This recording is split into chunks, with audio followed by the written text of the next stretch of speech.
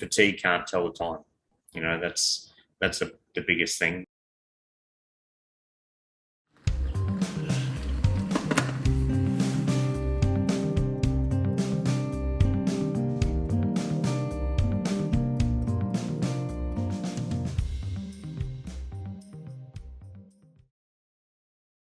Well, fatigue is really your mind's not on the job. You're tired. It's just really you're not capable of doing the job you've been given to do. And when do you feel most fatigued? I would say if for any reason can be a repetitive work, like so in regards to like driving the truck, short trips, and it's just round and round and round and round and round and round. Nothing changes. It's just and towards the end of the day, you become what I call brain dead, and and it is to the point you think, I just want this day to be over with. You've had enough. And especially if you're in heavy traffic, stop-start traffic all day for maybe the 9, 10, 12 hours, whatever is involved in the job.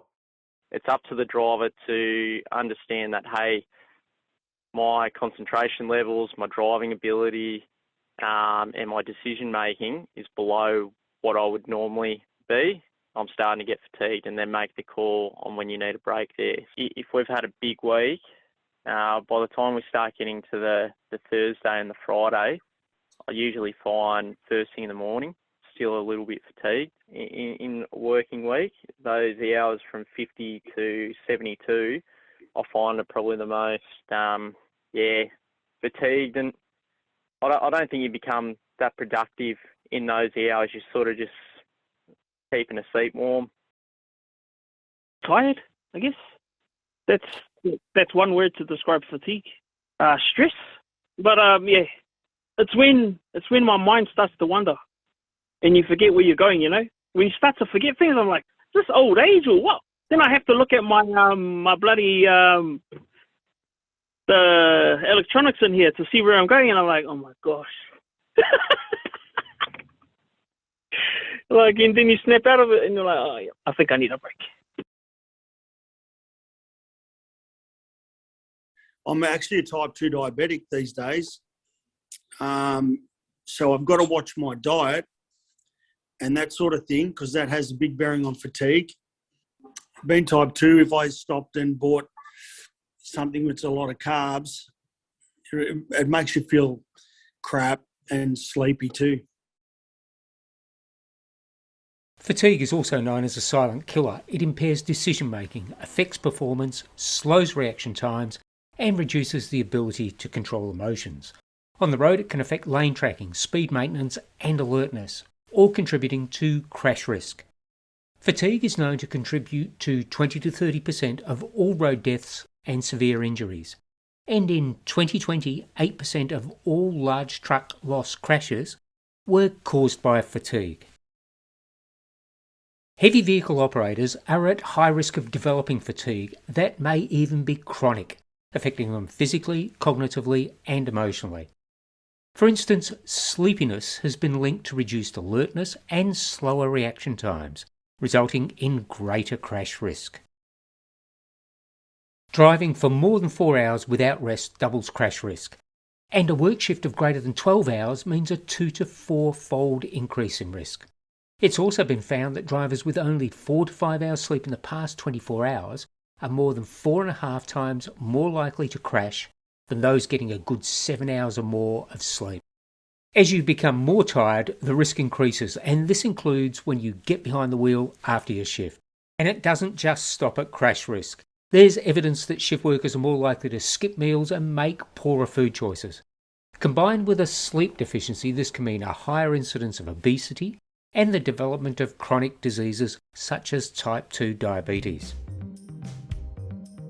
So, as a driver, what can you do to minimise the risk of fatigue? Be aware of sleep loss and quality and extended working hours, including your commute. Look for warning signs like difficulty in maintaining focus and concentration, struggling to keep your eyes open, and having less tolerance for other road users. Keep to your fatigue management plan with regular and restful breaks of at least 15 to 20 minutes every 2 hours. And prioritise quality sleep and avoid stimulating the brain before bedtime by putting aside the electronics and perhaps dimming the lights. Don't shortchange yourself on sleep. Aim for at least 7 hours. It's how the body and brain regulates and repairs itself. And maintain a healthy diet. Yeah, I was tired. Yes, I maybe had not had enough sleep the night before, not the best sleep or whatever, and I did come to work and I felt absolutely shattered, and that was within 2 or 3 hours of starting work. And what I did then is I actually came here, and this is before we had electronic fatigue breaks and things like that, and I just parked the truck up. Yes, I did have a sleeper cab at the time, and I jumped in the cab. I set my alarm on the phone, and I gave myself a 30-minute break, and I jumped in the back and crashed out for half an hour, and I felt really good after that. And I've told other drivers the same thing. If you can, and like even worse comes to this sort of scenario, we're in where we've got couches or things like that. If you haven't got a sleeper cab, get out of the cab, put your feet up here, and grab half an hour. You know, no one's going to say no. Drinking coffee, trying all that sort of thing. Wash your face, stop and wash your face. But the best is sometimes actually just to take a break, but get out of the truck. Walk around. I used to walk around and around the truck, you know, wash my face, that sort of thing. But you have to have adequate sleep. If you haven't, it's one thing to have break time, but you actually have to you should have 8 hours sleep, you know. I try to have a nap, but if I can't nap, then I'll just go for a walk. Walk around the truck or just walk out, you know, and just keep moving, just to keep myself going, you know. And then I get back in the truck and I'm good to go. Good music, a good night's sleep. But I know a lot of us have coffees. You know, we're on their coffee, but if I really want to get going, I listen to rap, Australian rap, bloody oath. Usually just listening to the radio, put the aircon on so you're not sort of in a comfortable environment.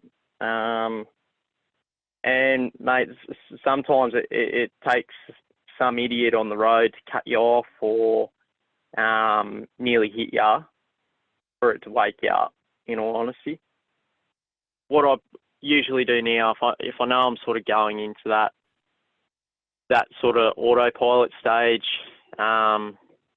anticipating, you know, what the idiots around you are going to do next, checking your mirrors, and I find that usually gives you a bit of a kick in the arse for a good half an hour, and then, yeah, just try and repeat the process. Remember, fatigue is silent and insidious, and the best approach is to manage your well-being in and out of the workplace. And if you do recognise any of the warning signs, stop driving.